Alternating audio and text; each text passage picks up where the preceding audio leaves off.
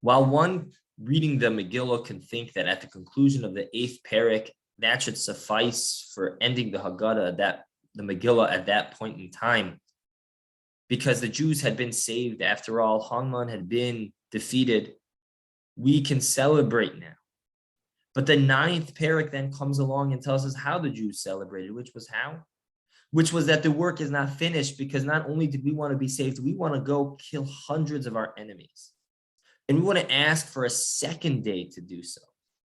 And says the Gra, we did so in a way that was mutilating the enemies, not simply killing them off, but annihilating them and mutilating them in a horrific fashion as well, causing them to suffer. And Rav Chaim Kanievsky wonders, I don't understand, he says. It's one thing to kill off our enemies of self-defense. It's another thing to kill off Mechias Amalek, where we have a specific mitzvah. But why to do so in such a brutal fashion? If you tell me it's because of revenge, Eina Mimidas Yisrael, he says, that's not a Jewish midah to just cause revenge and kill for no reason, chas v'shalom.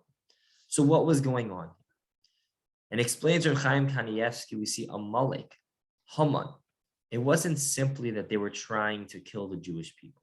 It wasn't a milchama, a war against the Jews, but it was a milchama against God.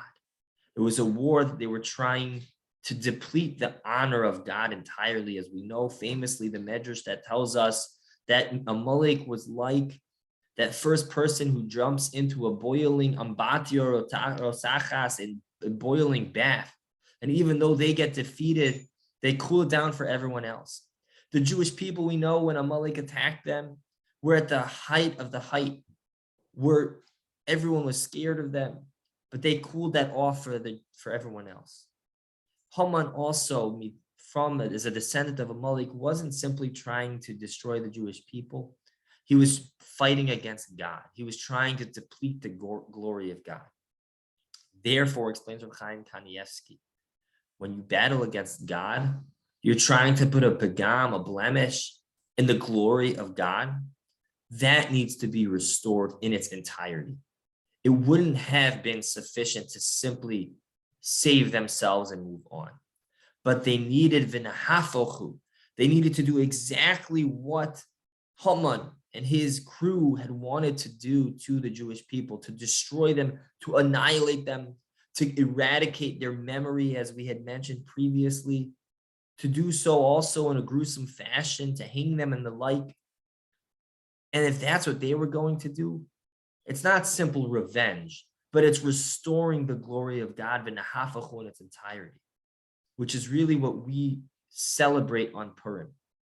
Chas v'shalom, not violence, but we celebrate that God is utterly in control.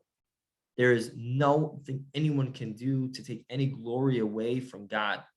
And if one does try to do so, then v'nahafachu, God will show them, as we saw by Amalek, as we saw by Mitzrayim, that if one tries to attack the glory of God, it will be restored in its entirety.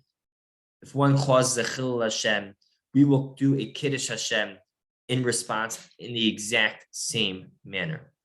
That's what the Jewish people were accomplishing. I'm going to do to you what you had done to me, not out of revenge, but to show you God's glory stands just as strong as it ever has, no matter what you try to do. Everyone should have a Purim Sameach.